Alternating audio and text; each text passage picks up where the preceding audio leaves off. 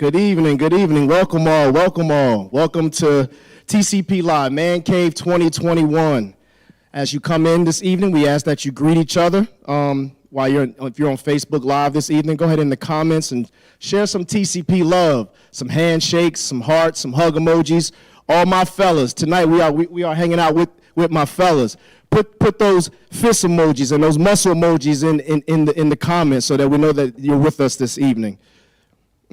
If you get a chance, please like, share, subscribe to us on Facebook and on YouTube. Tonight, I'm joined by a couple of great fellas here, and our topic this evening will be COVID-19 a year later. We're going to have a great discussion. Once again, this is the Man Cave 2021. It's going to be like a barbershop type conversation like Bishop told us, and we're just going to get free. We're going to talk about some things, and hopefully God will still get the glory in what we do this evening. First and foremost, let's go ahead and find out who we're hanging out with this evening. I'm going to ask that every gentleman with me tonight, can you please introduce yourself, give us your name, your age, and your profession or what you do here at the church. And my apologies, my name is Minister Jamil Aaron for any of those who don't know who I am. My name is Jamie Richardson. I do a lot at the church, and I'm a rising freshman at Western Carolina University. My name is DJ Miller. I'm a rising freshman at Greensboro College. I've been at this church since I was born, so I basically do everything too. Yeah, I'm Jamar. I'm the drummer here at the church. My name is Leslie Wilkinson, age 58. I'm a board member here at Greater Salem. Also, I'm a deacon at the church. My name is Breon Alexander. I'm 17. I'm a rising senior that goes to West Mecklenburg High School, and I do a lot at the church too. My name is Paul Holmes. I'm a rising senior also. In fact, I'm 83 years old. You don't get no more senior than that. Well, you can get some more senior than that, but I'm 83 years old. I'm active in the church, been a member here since back in the day, so to speak, and very active with the usher ministry. Well, welcome, gentlemen. I appreciate you guys spending the evening with us. I'm going to ask that as we converse tonight to be as transparent as you wish. But do remember we are in a church, so let's keep it PG, but we are going to be transparent as much as you choose to be this evening. Let's just have a conversation. The camera just happens to be on us, right? Okay, so we're not going to waste any time. We want to go ahead and jump right into this because we want to make sure we maximize the time that we have available. COVID-19, a year later, I mean, it's kind of hard to find a beginning point, but has anybody here on the panel, has anybody experienced COVID physically? I have. You have? Yes. Why don't you tell us a little bit about your story, your COVID story? Well, my story started back October 31st of last year. I was getting ready for work, and I noticed when I got up that morning, it was a Saturday morning, my back was hurting real bad, and I said, this don't feel right. So I ended up staying home. I called my job and said, I'm not going to be in today. And the following day, which is Sunday, I went to CVS Pharmacy, and I got a cotton swab in the nose. And within 24 hours, they let me know, Mr. Wilkinson, you do have COVID. It was an experience like no other. I mean, I didn't think I would ever get it, but apparently I got it. I was quarantined for 14 days at home. The symptoms I had, besides the backache, was I had a slight fever, loss of taste and smell. I didn't have no congestion where you do a lot of coughing. I had none of that, so I thank God for that. But it's an experience I will let nobody should have ever have. I mean, it's a bad experience in my life I had. And at this point, are you fully recovered? Do you have any lingering symptoms at all? No, I still have a little symptom with the smelling. It's not fully there yet. Everything else is back to normal. That's good. That's good. I haven't personally shared my COVID story publicly, but I actually ended up getting COVID 4 days after I got my first vaccination. And initially, how I found out was it was Sunday morning before I was tuning in to TCP Live. My wife was making some breakfast, and I couldn't smell the bacon. So I knew something was wrong from that point right away. I knew something was wrong because if bacon, you can smell the neighbor when they're cooking bacon. So I knew something was up. Thankfully, that was really the only symptom that I had. I couldn't smell, I couldn't taste. I never got a fever. I didn't have any congestion. And then my whole family ended up having, except one of my daughters out of all of us, they had 0 symptoms the whole entire time. And just to be transparent, I didn't feel it was necessary or appropriate almost for me to share my story because I didn't have the serious symptoms. I wasn't in a position to where I was, on my deathbed, and I wanted to be respectful for those who have more severe symptoms and, have family members that passed away. So I didn't want to look like I was posting my story for, some kudos or extra points. So I kind of kept my situation kind of secret. But the thing I will say about my personal situation, and I still have the lingering of my smell's not back 100%. So I still deal with that now, months later. But it was mental, right? It was mental. Like, it plays with you because, you're from New York, and I know you had a lot of people, you probably know a lot of people that may have passed away or had some severe situations, and it just plays with you mentally because, you think the worst of things, right? Exactly. And I mean, it even got into, because of the pandemic, it got even worse. I mean, anxiety. I had anxiety. I was going to the emergency room because of this. Wow. And I say, what is going on? I never felt like this before. Wow. But they said anxiety plays a major role with this pandemic, and everything just collided together. Wow. So to keep the conversation going, do you remember where you were or what was going on? And this is going to be a multifold question. Where were you? What was going on in your mind when you first heard about COVID? Did you really take it as serious as what it ended up being? Feel free to chime in, anyone. Well, hey, I took it very seriously. Those around me didn't think. So when I was trying to play cool, like, it wasn't no big deal. I'm not going to get it anyway. Mm-hmm. But the nature of my work, I'm out and about around a lot of people. Mm-hmm. And when I say I took it seriously, I got tested every week. I was at that bus. I would look on the internet and see where the bus was going to be for the free test.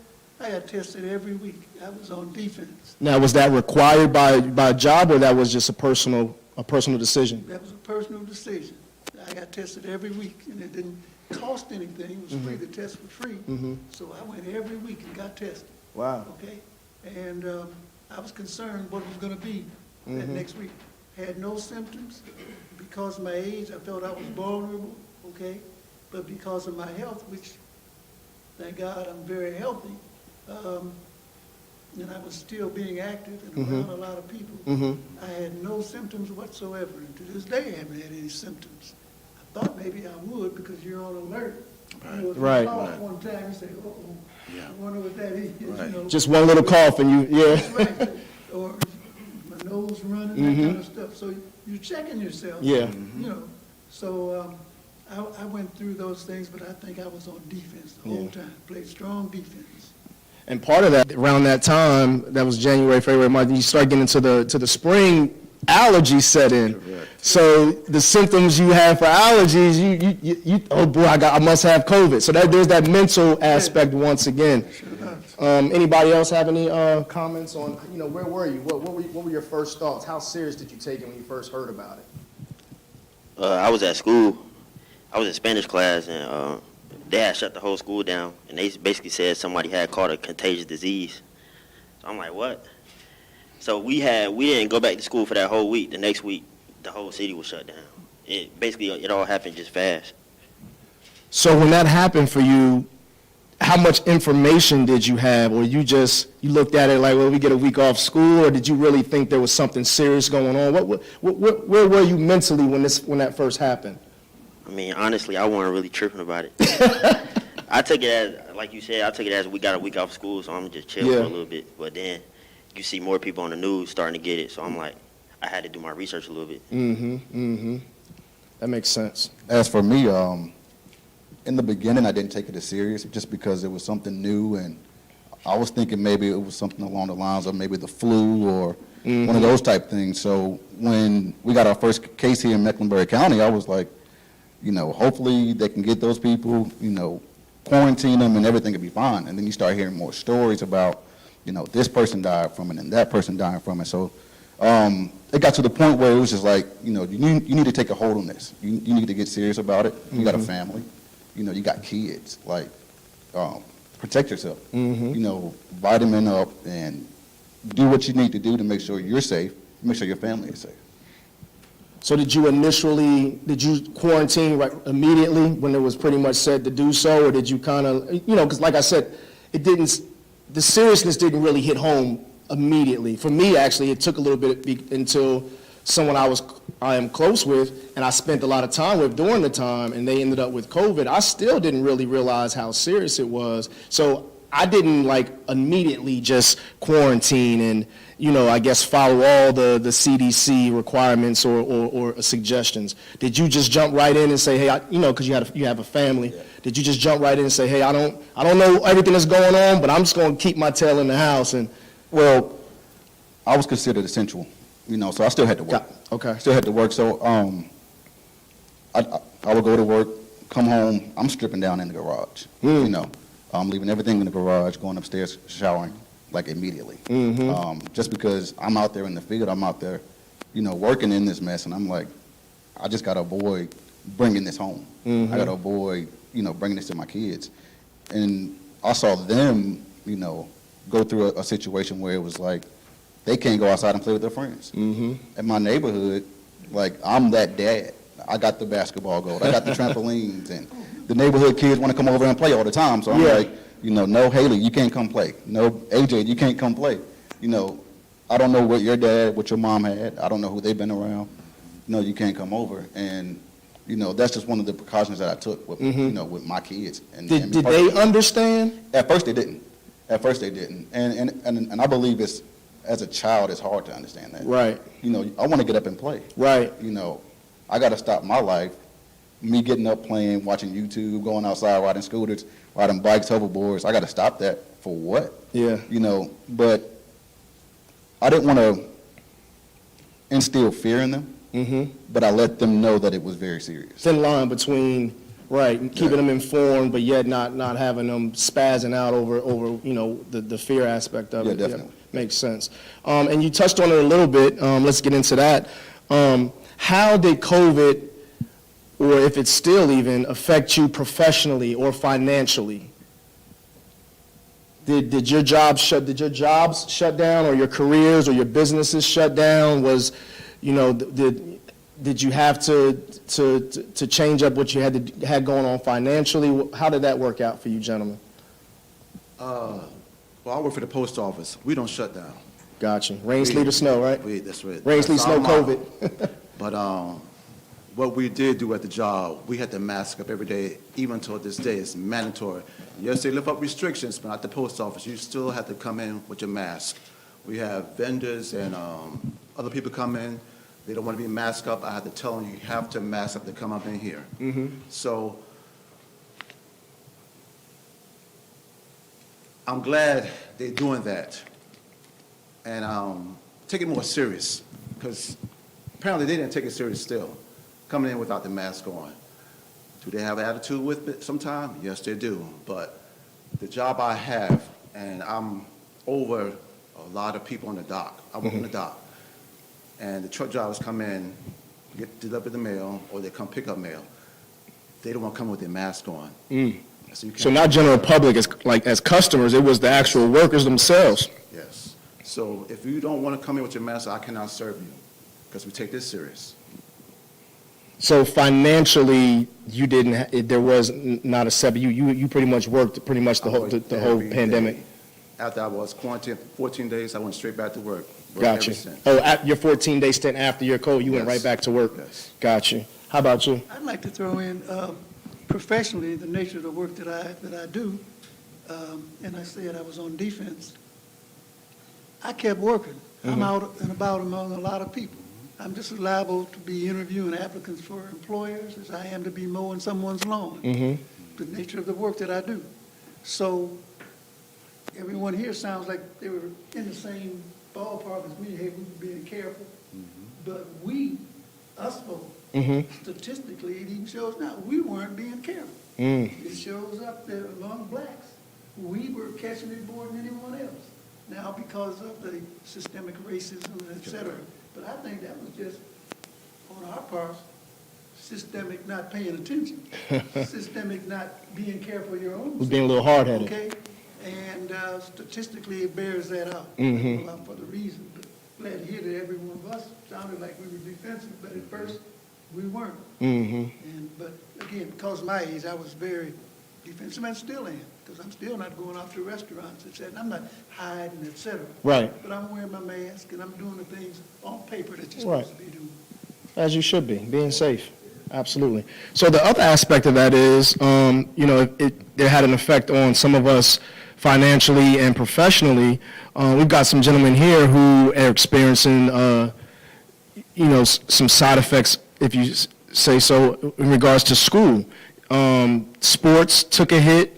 Not being in school during your senior year and some of those type of things. If you guys don't mind, why don't you share how it affected, I think you guys are both seniors, how it affected you for your senior year, and then also you can chime into on how it affected you for school as well. I'd say it was just like a different approach you had to take, because it's like everybody always say, you can't wait till your senior year, that's when you had the most fun, get to do whatever, and it's like, you didn't really get to do that. And on the sports aspect, it's like, even me, I was waiting longer than most people, but you wait all year to play. Yeah. And then when you got like that notification that the season was pushed back, canceled, shortened, or whatever, it's just kind of like heartbreaking and just changes your mindset on things. You played football, right? Yes. So you were in, your senior year, this is your year to shine, possibly for scholarships and things of that nature. How did that play? What was that effect for you? How did that feel? Mentally it could be kind of tough, but you gotta know, like, just keep working and just trust the plan and the process put on your life. And currently, didn't you just make a decision on school? Yes. Where are you going? Western Carolina. Congratulations, man. Appreciate it. Congratulations. Absolutely. DJ, what you got going on over there, man? How was it for you, man? It was tough, knowing that the recruiting process wasn't going as well as I wanted to, and it really took a hit after COVID, because really we didn't have any film to put out because there wasn't a season. And by the time we started back playing, most of our recruiting class was over with. So it was like, it's on your mind every night that I got to make a big play, or I got to do more than I would usually have to do just to get a look. Wow. But at the end of the day, it was really, like he said, it was really just, you had to grind for it, just like it is any other day. And have you made a college decision yet? Yes. Where are you going? Greensboro College. Greensboro College. That's the pride, right? I'm Yes, a proud graduate of Greensboro College. I didn't even know that. We need to talk after this. We didn't have a football team when I was there. I might be giving my age, but what you got going on back there? How was it for you? You're a rising senior, correct? Yes, sir. So how was it for you during your junior year? I'd like to interrupt, you were rising senior, not in college, but. Senior in high school, correct? High school, yeah. Yes. It was very strange, like, thinking back on it, all the way back from 10th grade, like, when they, like, shut down schools. I was a sophomore. Man, things went, like, south quick. And, like, it's just crazy how, like, we still, like, me and my guys, my friends and stuff, we pushed through and, like, just got promoted to the next year, into our senior year. So it's like, man, like, you really got to buckle down sometimes, like, and, like, just put all the distractions, like, to the side and, like, really, like, focus up, like, especially in school, because, like, school ain't no joke. So it's like, yeah, like, you just got to really just focus. And, yeah, and this year was crazy because, like, shutting down schools, like, off the rip, like, and then giving us 2 weeks off, saying we're going to come back, not going to come back. Not knowing what was going to happen the week, right? Exactly, Yeah. exactly. And the online learning process, was that difficult? Was it easier? What's your thought process on the online schooling? For me, my personal experience, it was like pretty much 50-50, because like, it's like, yeah, like people saying like you can look up the answers online, but like it's like, yeah, like, and then you really gotta, I mean, you don't get that really face-to-face Right. like learning experience. That's why when like during 11th grade year, I opted in to like start going to school, start like going back in so I can get that face-to-face experience with learning, like actual learning, instead of just talking to a screen, computer screen all the time. So yeah. If you had to, you three gentlemen, if you had to give advice to a student going into this, let's just say it was something that you needed to tell them, you had to give them a nugget now about what you went through. Say they were going to be facing something very similar coming up, although they'll probably be going back to school next year. If you were in the same position, what advice, now that you've gone through it, would you give another student? Just work hard. Don't slip up. Because once you get behind, it's hard to get back ahead. Especially with online school, because most people don't understand, a young kid being actually inside of a class with a teacher is way more helpful than being online, because you might not understand something more.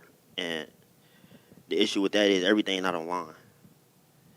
You can't get all the resources that you may need aren't available to you. Yeah, everything ain't online. And some of the most helpful resources was in person. That's good. That's good. Because, as a student, you would think, I get to be at home. I don't have to get dressed. I can be lazy. I can lay in the bed. But it sounds like if that's the mindset you going into it, you can easily fall behind. Yeah, and that's how it was at first. It was like, all right, this is going to be easy. But you really, got to buckle down. And it really teach you about time management, too, because you don't got that teacher in your face telling you all the time, oh, I got to get this in. It's really on you. So you really just got to buckle down and really pay attention to everything. Get DJ over there, boy. That's good stuff, man. That's really good stuff. I think any young man that's tuning in this evening, it may you got to buckle down. You got to take whatever is thrown at you. You have an opportunity to still persevere. You still have to push through. You still have to put your best foot forward. It's not necessarily an opportunity to take advantage of and be lazy, but when you're faced with adversity, it gives you an opportunity to be better. And I think that's very important. I think all three of you gentlemen did a great job of doing better in a situation that wasn't the best of all scenarios, especially for a senior year. So I do applaud all three of you gentlemen for coming through and pushing through, and we already know that your futures are going to be bright, so we do appreciate you gentlemen. Has everybody been vaccinated? Who's been vaccinated? What went behind the decision of not being vaccinated? You say you're not. You're not. I'm not. What's your why? We're not. Yeah, that's cool. Yeah. I'm going to do it eventually. Okay. Just right now, I feel like just the vaccine in itself was just rushed. Okay. That's just my personal opinion on it. It'll happen eventually. Gotcha. I'll wait it out maybe another month or so. But yeah. That's telling you right there, you got to get vaccinated. That's your alarm to get vaccinated. And please understand, this is not a push either way to be vaccinated or not to be. We're just simply having a conversation. Just wanted to make sure I put that information out there. And you have been or have not been? I was vaccinated in January, and I got my second one in the middle of February. Okay. And what was the driving force for you? Anyone, like my man here on drums, to be vaccinated. And some of the reasons I hear not getting vaccinated is for when they're not sure what may happen. Well, being honest, we in the barbershop talking, I haven't seen one statistic where a person has died from vaccination. But there are many statistics where people have died who were not vaccinated. Just those numbers right there. And I even told a friend of mine just last week, he was saying, well, no telling what might be in that. The medicine, I take medicine for these things, but even on aspirin, the bottle of aspirin that says, hey, may cause this, may cause that, may cause this, may cause that. People take aspirin regularly, okay? And it may cause this, may cause that, but it's not causing death. So the vaccination should occur. I push people toward it, I kick people toward it, whatever.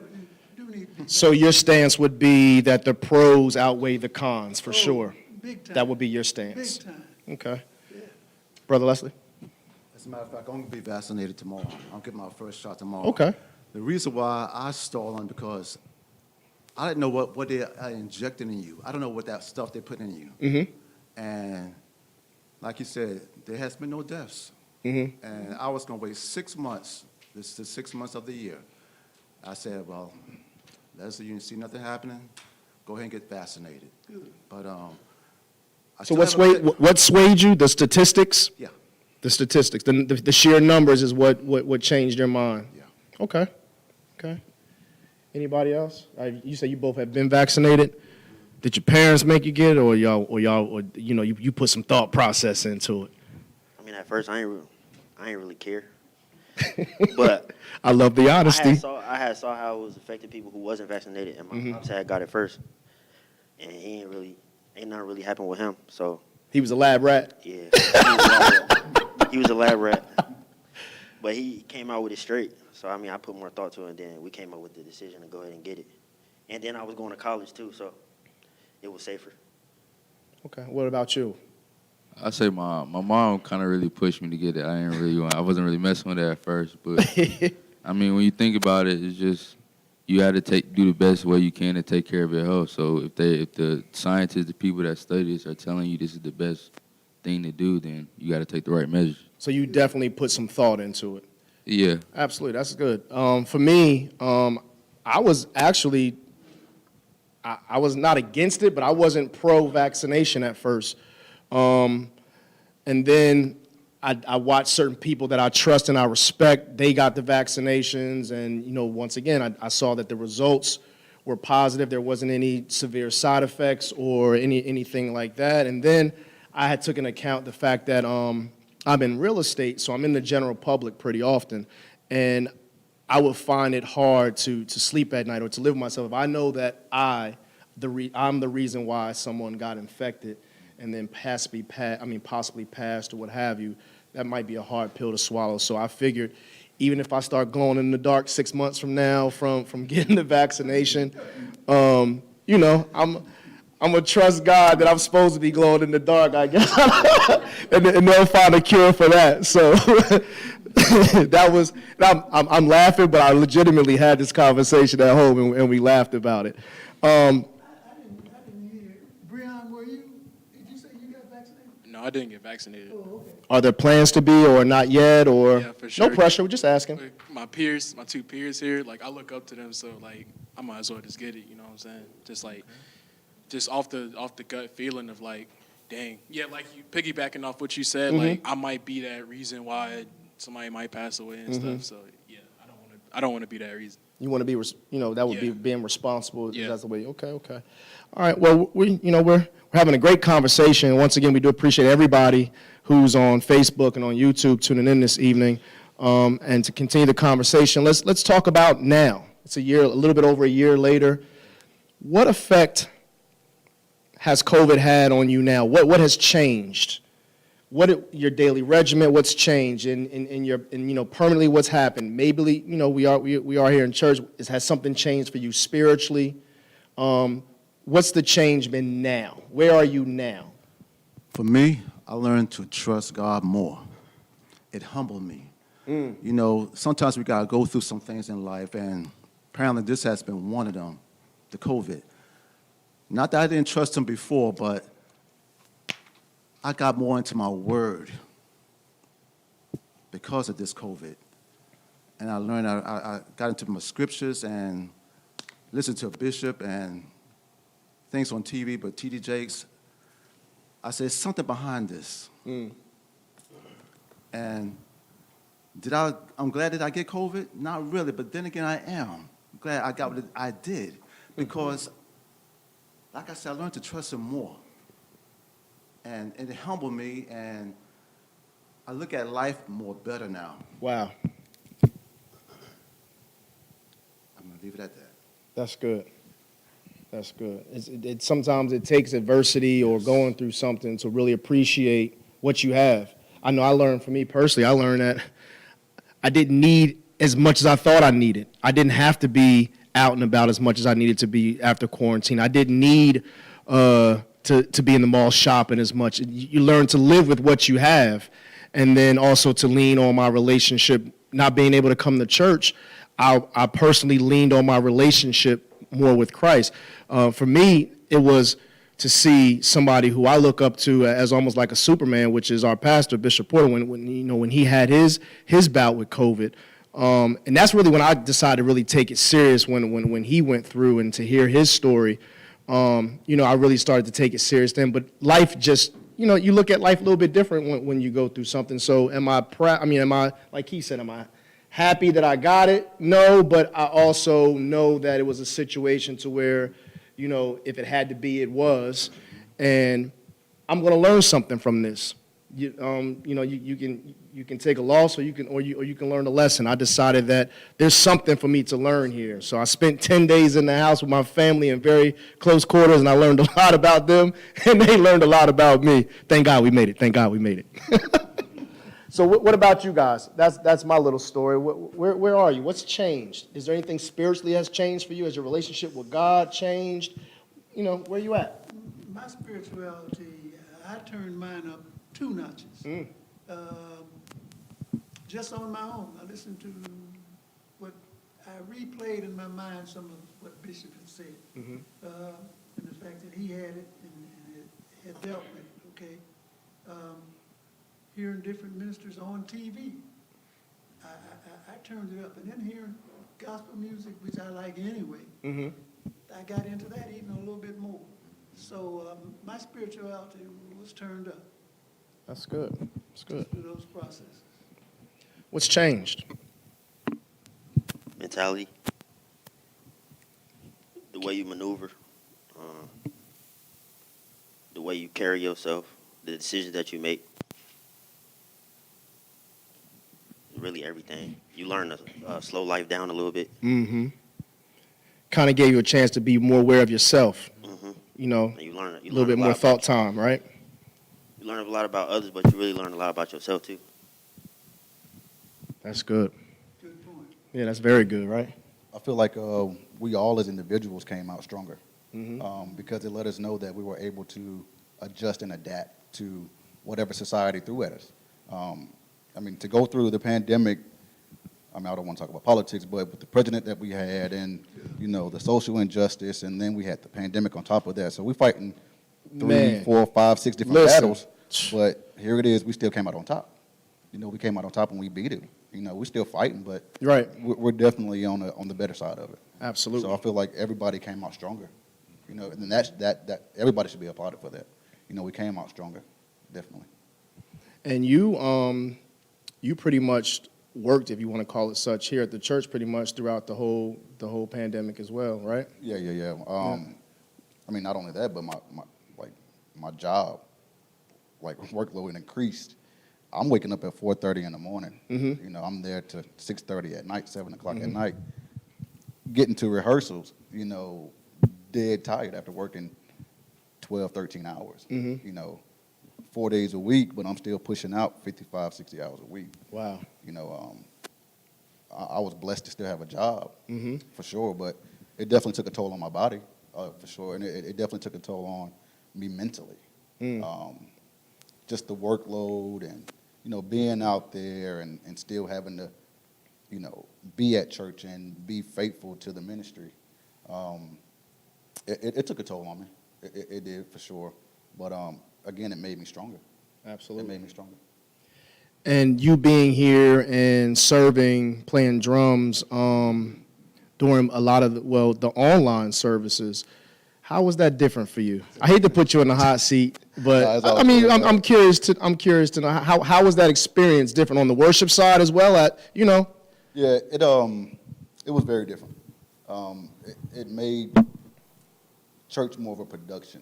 So you got to see the production side of church on the back end instead of it being more of the spiritual was still there. Yeah. We had some great services online. Absolutely. And, I can't take that away, but to see that there's nobody out in the congregation was different.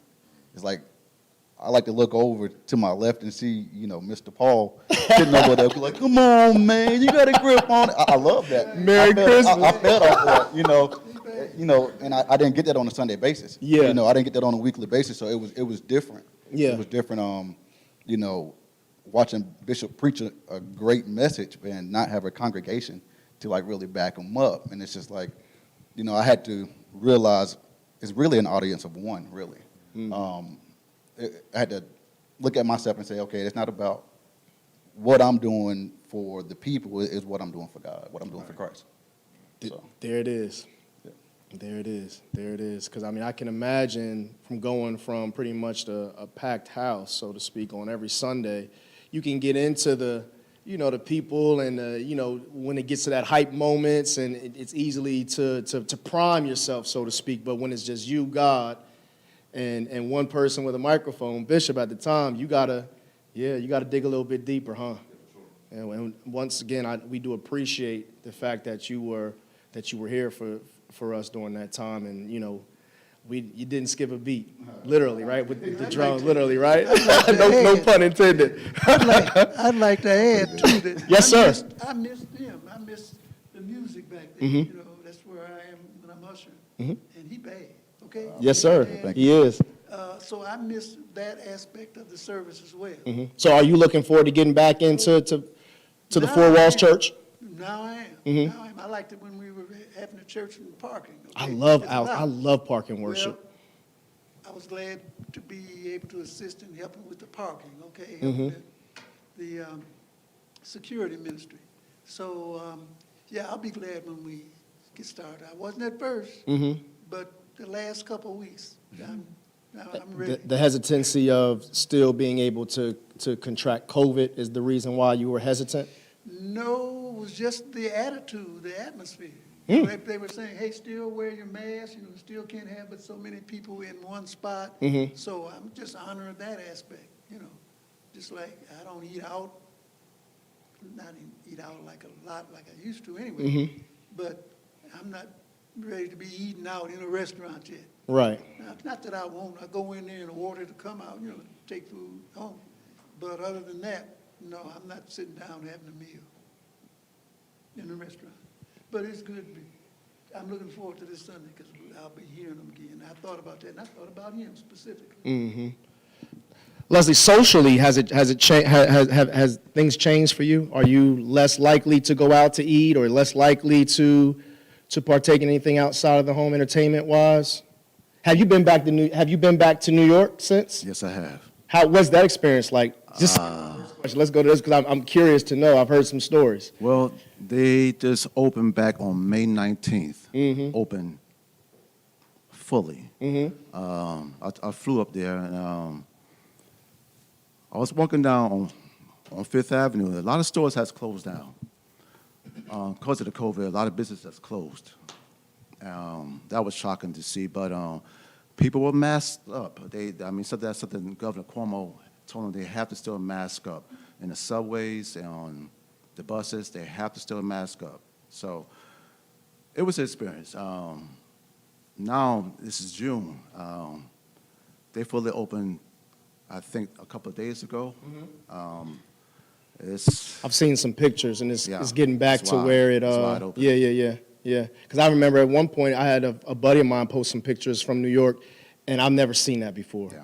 I mean, Center City was a ghost town. I mean, you could hear dogs barking in the background. I couldn't believe it.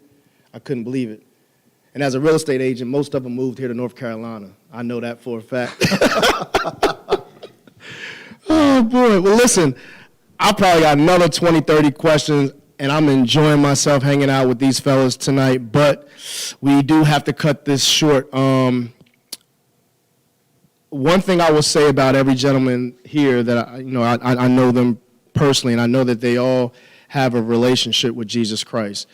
And we can't miss an opportunity here where if you don't know Jesus tonight, this is a great opportunity for you to get to know who he is. I'm just simply making an introduction. He'll do the rest.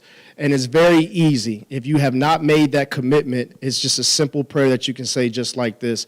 Lord, I thank you for being my personal Lord and Savior. I know and I recognize that you died on the cross for my sins. And I also recognize that you rose from the dead. Today, I choose you as my personal Lord and Savior to be the head of my life. I want to do better. I want to sin less. And I want to be able to call you Father. Now, if you are able to say that simple prayer this evening, whether you said it out loud or you said it, under your breath, it is our belief, and according to the scriptures, that you are saved, that you are a new creature in Christ, and we are so happy for you this evening.